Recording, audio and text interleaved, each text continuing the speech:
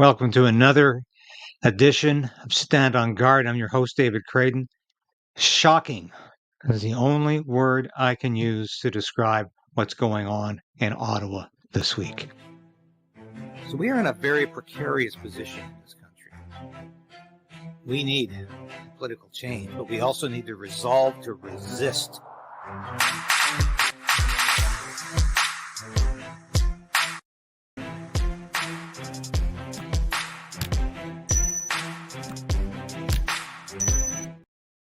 Hey, thanks for watching today.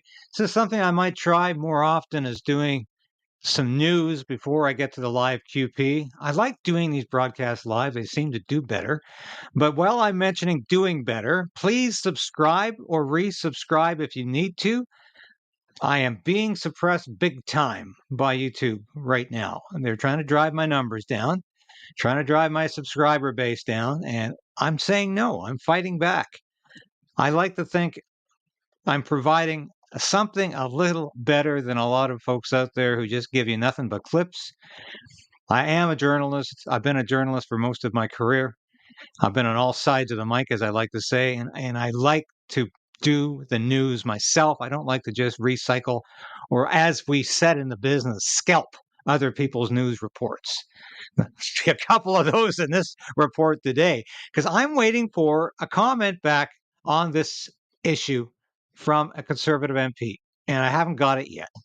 But let me explain what I'm talking about. Talked about this briefly the other day. This is the National Security Intelligence Committee of Parliamentarians.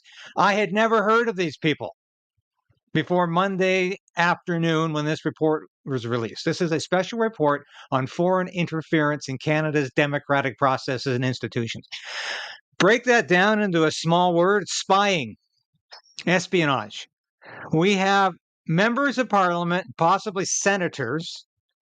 The report is very vague. It talks about elected officials in one part, but in another part of the report, it says that these foreign actors, China primarily, they also mention India and Pakistan and Russia, although that's way down the list. The real threat here is China. This report says at one point it's elected officials being targeted. Another point it says MPs and senators. We all know senators are not elected. What we need is answers. We need answers big time, because this report comes out Monday afternoon. We had one question, actually a two-parter question from the Bloc Québécois about this report to Justin Trudeau, who was in the House. Not a single question from the Conservative Party of Canada, from Pierre Poilievre, its leader, or any of the people who usually ask the questions. Is that suspicious to me? Of course it is. I'm not saying, well, they just didn't know about it, or they had other things to talk about. All they wanted to talk about was the Auditor General's report, which was highly critical of the Liberal government hiring McKinsey and Company, which has links to high-level Liberals, including members of the current cabinet. The director of the organization is a high-level Liberal. And of course, that's what the Conservatives wanted to talk about. The Auditor General said the Liberals should not have been giving all of this money to McKinsey and Company. It was untendered.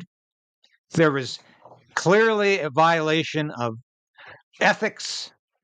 There was a violation here of procedure, and that should not be happening. So, yeah, Conservatives wanted to talk about McKinsey and Company and the Auditor General's report, which also came out Monday. Did not really want to talk about this report here. I'll highlight it again. It is available. I'll put it in the description. It is available on the internet. You can read it. Problem is, heavily censored. This report was released to the Prime Minister on March 24th of this year. I don't know if he's read it. He doesn't read reports. He said that clearly throughout the whole foreign election interference inquiry. That's the one message we kept getting back from Trudeau and his insiders, with the exception of his chief of staff, Katie Telford, who contradicted Trudeau and others in his prime minister's office by saying, oh, yes, he reads reports. You bet. He's on top of this stuff. Trudeau is definitely not on top of it. And of course, he got a question about this yesterday. And before I get into more, I want you to listen to this and ignore any blathering on here from me. I was not expecting the Bloc to raise this yesterday. So I was opening my big mouth during question period at an inopportune time, but you'll get the gist of it. The Honourable Member for Belleuil-Chambly.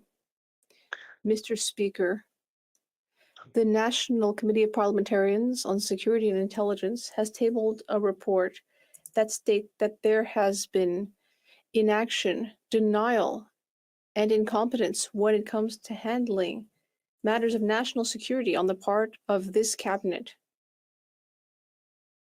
Here in this House, some elected officials, on purpose or possibly due to their naivete, have fallen under foreign influence. What is the Prime Minister going to do about Blockheads this? are asking a good question today. Mr. Yes, please ignore my. I always call them blockheads. They weren't blockheads yesterday because they asked a damn good question. And the Conservatives should have been asking this question. Trudeau seems a little taken back here. I don't know if he thinks nobody read this thing. Nobody wants to read it. What would the Bloc be asking the questions for? But I can guarantee you that the Chinese were probably not going after the Bloc because they have no influence on Canadian affairs. They have no influence on the Canadian agenda. You can bet your bottom dollar most of the MPs targeted are government MPs because they have the potential to reach the government of Canada much easier than the opposition does. I worked on Parliament Hill for 8 years. I know how this procedure works. Yes, the opposition does have influence and effect on the government at times. There are backroom negotiations going on all the time between the opposition and government MPs and government cabinet ministers. A lot of stuff is never seen in public. I was party to a lot of that material going on. It's usually good material, though. It's usually MPs trying to help out constituents by getting to the minister responsible and getting work done quickly through relationships. But I can guarantee you that if the Chinese are targeting MPs, they're probably liberal in most cases, but don't think for a second it's just limited to the liberals and not to the Conservatives or the NDP, which are, of course, propping up the Liberal government. Let's listen to some more of this. Mr. Speaker, we are very thankful to NCCOP for its hard work. We take foreign interference very seriously, and that is why we are taking all necessary measures to protect Canadians from the threat of foreign interference. We have created oversight agencies. We have created a public inquiry. We have introduced legislation for a registry of foreign influence. We have made foreign interference a serious offense. And we are enabling CSIS to share intelligence with all levels of government, businesses, researchers, and more. We will continue to protect Canadians. Okay, Trudeau was handed a script before he walked in the question period yesterday. He was only there for about maybe 10 minutes, tops. He was there long enough to get the first question from the third party in the House, which is the Bloc. And I think he shortly after this he vacated, as did Polyev, by the way. They both left about the same time yesterday from question period. Now Trudeau lists off the talking points here. Yeah, you were really concerned about this. Thank you for your question. Really grateful for this committee to bring these concerns to our attention. We're doing all necessary measures. Blah blah blah. We investigate inquiry into this. Foreign actors. Registry is on the way. Legislation's coming up. The talking points. Of course, Trudeau has done nothing about this. He has welcomed Chinese election interference in the past. And I'll talk about this report in a minute because it is damning in terms of how this government has responded. Because they talk about MPs getting favors in return for doing for the work of foreign actors. Sometimes that can be outright espionage. But let's listen to the end of this first. The Honourable Member. The Prime Minister said himself that he has not read the reports, that he has ignored them, that he has slowed down the intelligence and inquiry process. At this very moment, some elected officials may be under foreign influence. They could be in any party. The Prime Minister must answer. Because right now, this Prime Minister is doing nothing about the fact that in this Parliament, there are people that are under foreign influence, and he's doing nothing. The Prime Minister knows who these people are. He saw the unredacted report, the uncensored report. If he read it, maybe he doesn't. Presumably, he would at least know who these MPs are, because one of them might be guilty of treason.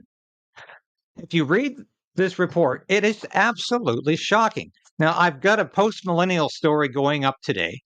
It's not up today, but this is a draft of it. And here's the line I found incredibly interesting. The report highlights one member of parliament who wittingly provided information to a foreign state. The committee notes a particularly concerning case of a then member of parliament maintaining a relationship with a foreign intelligence officer. According to CSIS, the member of parliament sought to arrange a meeting in a foreign state with a senior intelligence official and also proactively provided the intelligence officer with information provided in confidence. Now, is that treasonous? Should this guy be up in charges right now, today? Or how about these other people, where it says elected officials are wittingly controlled by foreign states? To quote the report, the report covers the period September 2018 to November 2023. Some elected officials, however, began wittingly assisting foreign state actors soon after their election. Now, what do they get in return? There's a quid pro quo.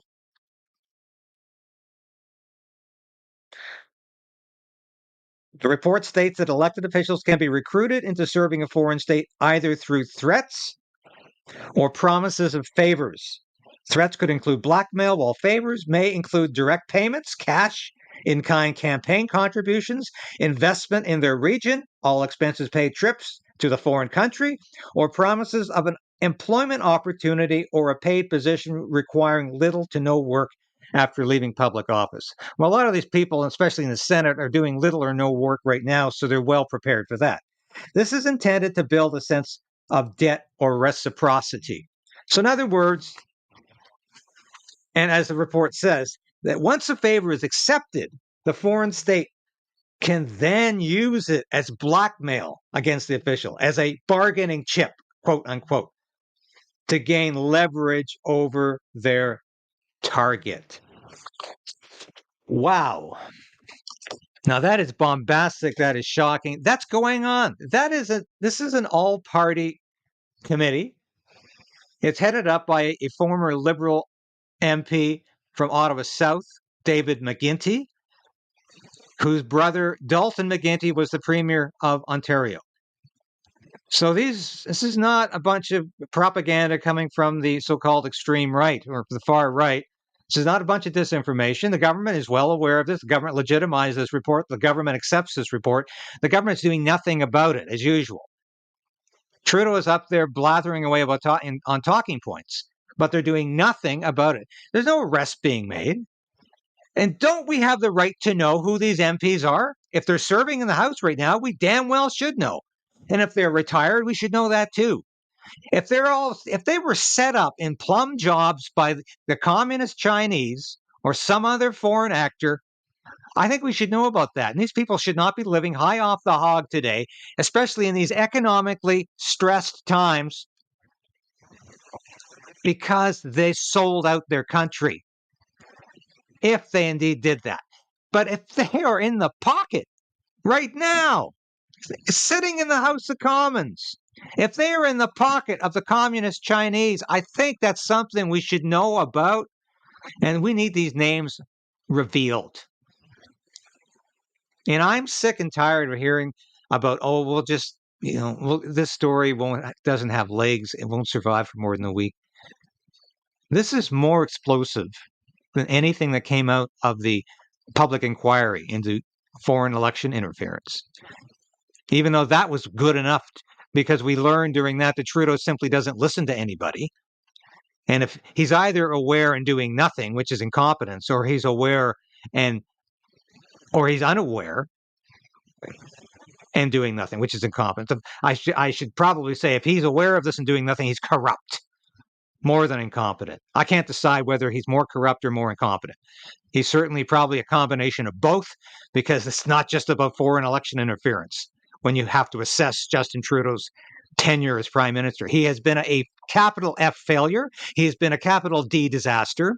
He has been a complete fiasco as a prime minister. And this is just more evidence of that. And of course, he stands up and says, we're doing everything we can. They've done nothing.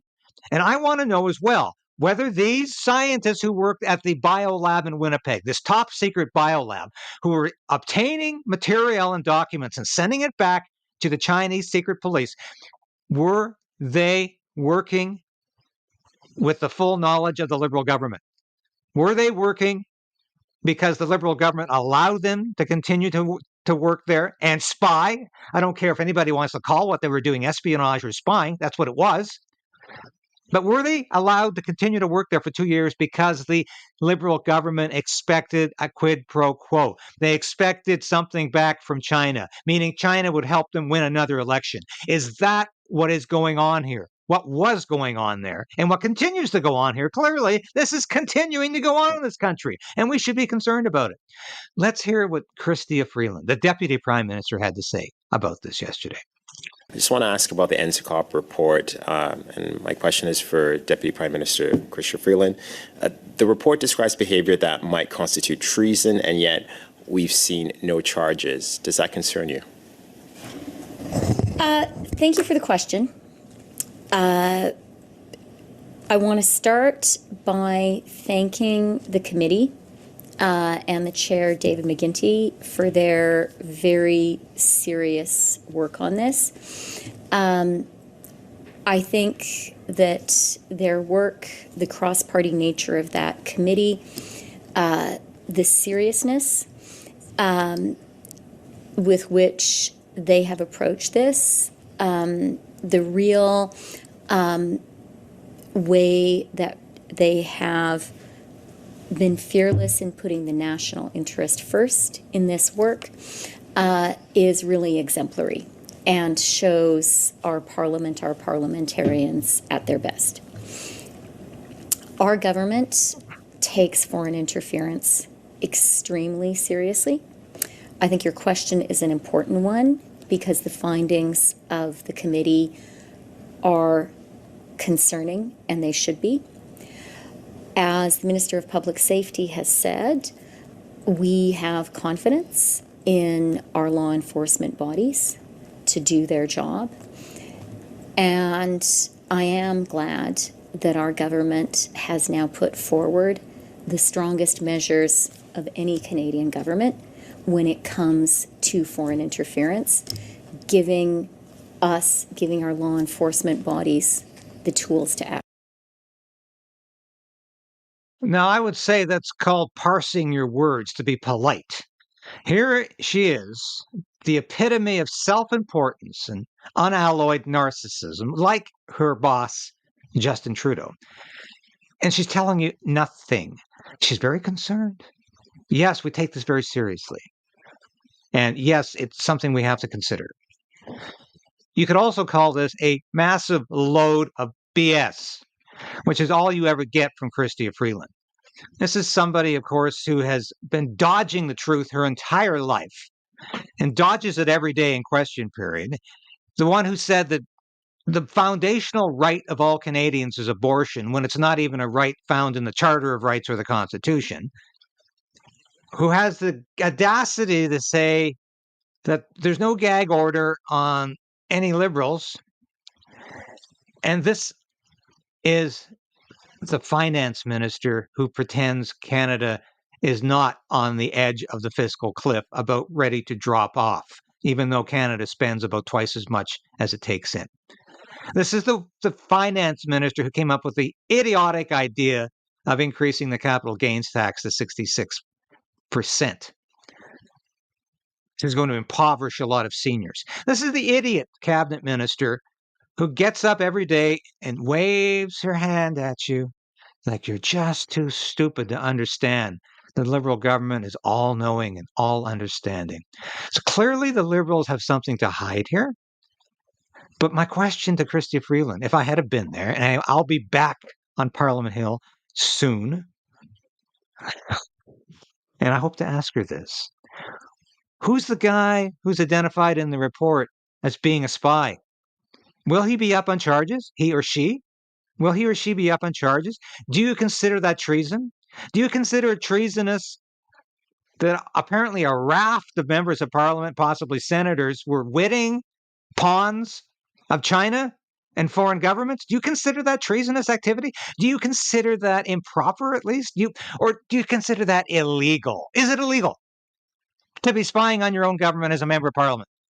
Is that something worthy of criminal charges? Answer the question, Chrystia Freeland. Stop telling me you're really concerned about this and you're taking it very seriously, and no other government in the history of Canada has done more to combat foreign interference, because that's BS, that's nonsense, and you know it is. So we're going to keep covering this story. I'm still waiting for a response from the Conservative MP that I wanted a response from on this issue. I know he's busy, but I do want to hear from the Conservatives on this. I think they need to stand up to completely disavow this kind of activity.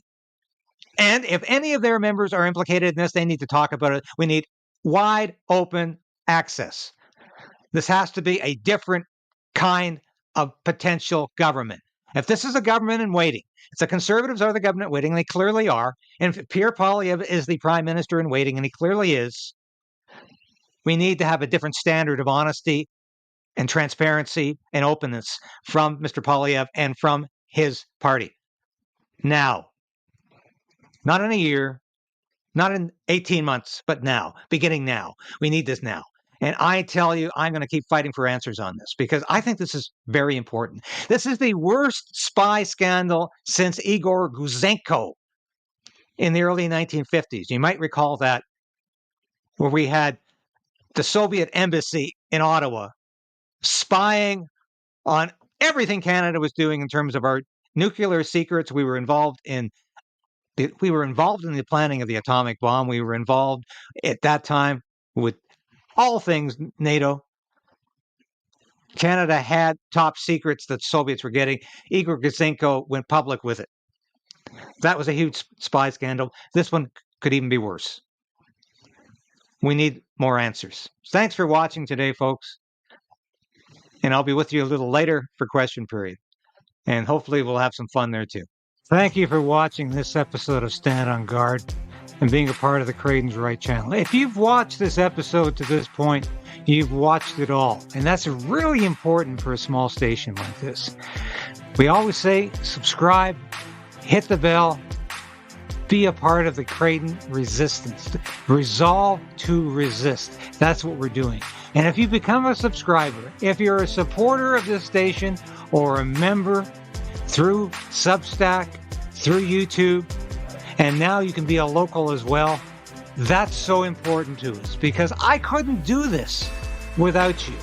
I made a decision to become an independent journalist about a year ago because I wanted to bring all of my experience in the military, in journalism, to you. I don't promise anything I can't deliver. I don't offer clickbait. I offer truth. The truth is out there, and it's my job to bring that truth to light and to you. Thanks for being a part of the KRAYDEN'S Right resistance, and we'll see you again soon. So we are in a very precarious position in this country. We need a political change, but we also need to resolve to resist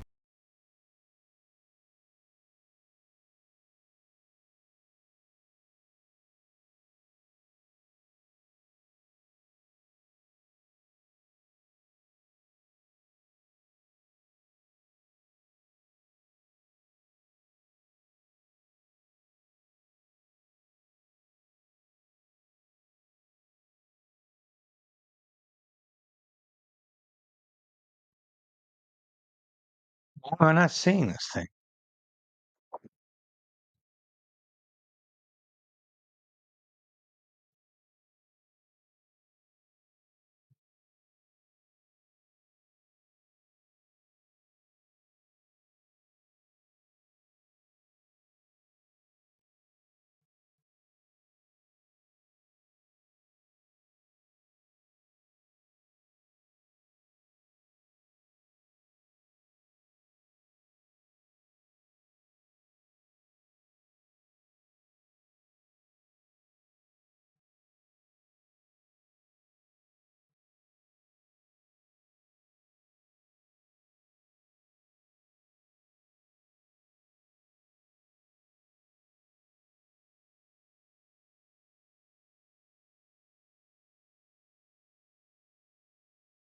Why am I not seeing this?